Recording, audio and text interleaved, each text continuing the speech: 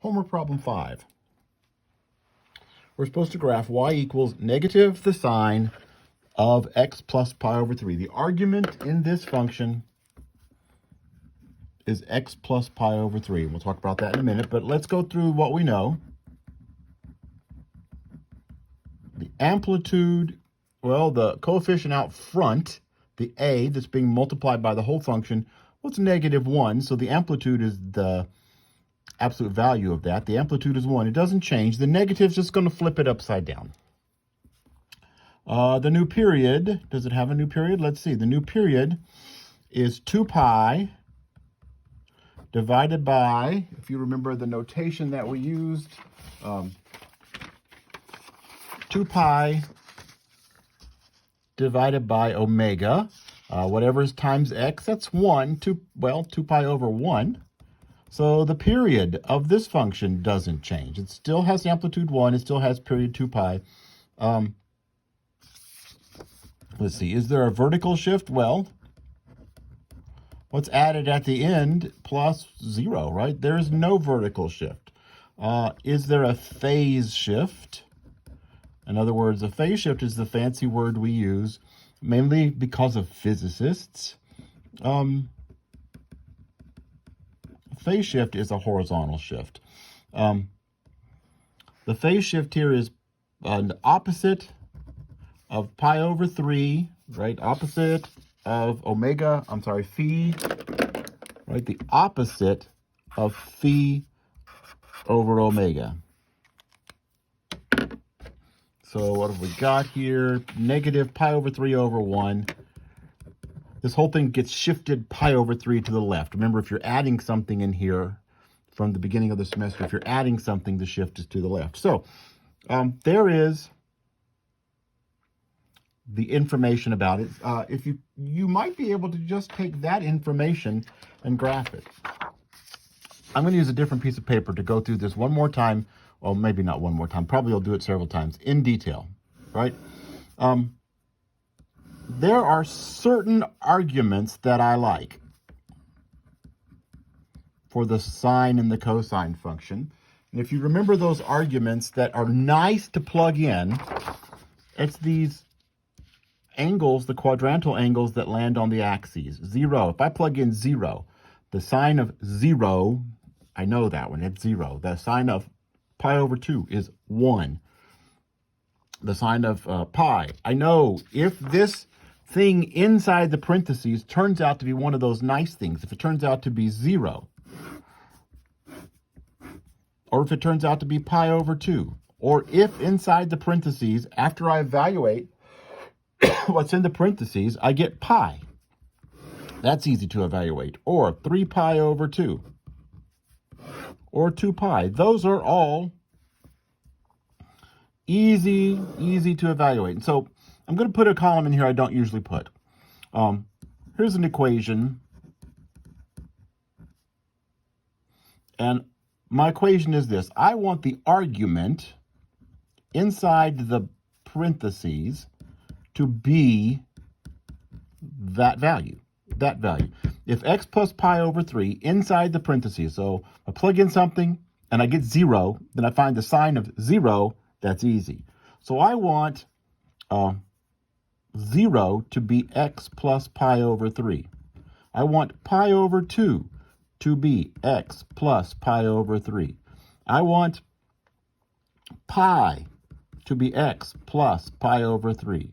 I want 3 pi over 2 to come out to be x plus pi over 3 for some value of x.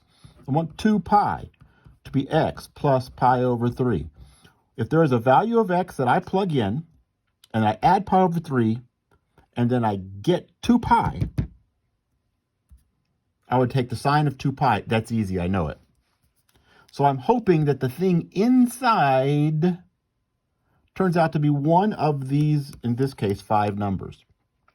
Now, I can go through and solve each of those equations. What is the value of x?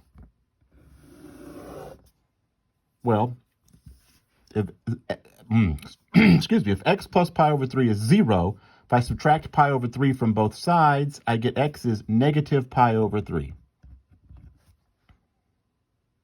Right? Here, pi over 2 equals x plus pi over 3. Subtract pi over 3. Pi over 2 minus pi over 3 equals x. I've solved for x. Now I've got to find out what this is. Common denominator would be 6ths. This is, let's see, multiplied that by 3. 3 pi over 6 minus 2 pi over 6. Once I find the common, and that's 1 pi over 6. So here, x is pi over 6. Go through and solve each of these equations. Now, what I like to do, just to make life a little easier, is I like to take the equation at the top and solve that for x. Subtract pi over 3, I get x is a minus pi over 3. If we take the a value and subtract pi over 3, we'll get what x needs to be. So here, pi is my argument value. Subtract pi over 3. 1 pi over 1 pi, which is 3 pi over 3 minus pi over 3. That gives me 2 pi over 3. Let's see, 3 pi over 2 minus pi over 3. That's a little more difficult. We've got to get them to sixths for a common denominator. Pi over 3 is 2 pi over 6. Let's see, I've got to multiply the bottom by 3. 9 pi? That's 7 pi over 6. And this one is 2 pi, which is 6 pi over 3 minus pi over 3. That's 5 pi over 3.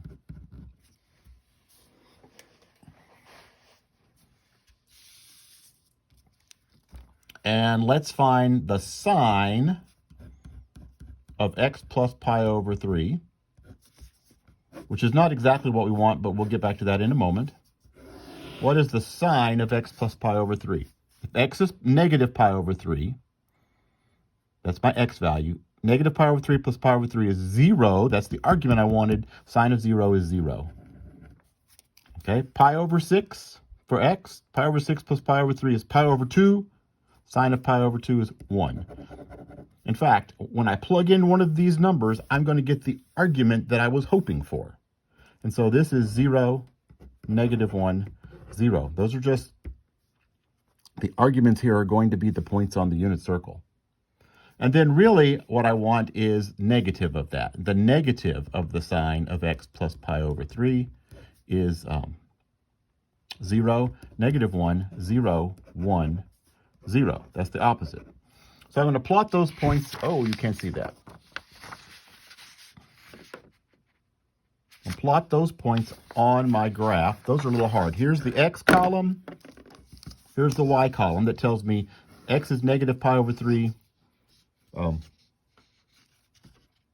Y is 0. Where is, negative pi over 3. There's negative pi over 2. So it's smaller than that, but it's somewhere, I don't know if I divide about there, I guess.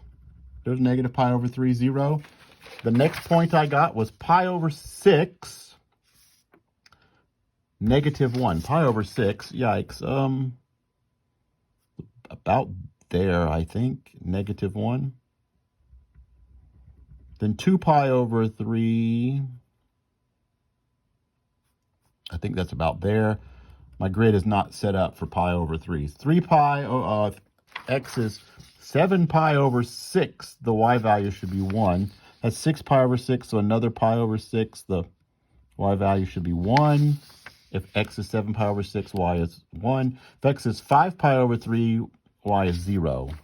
And so 5 pi over 3 is right about there.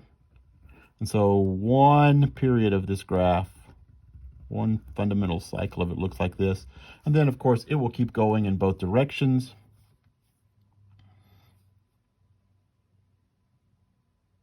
We'll come down to here,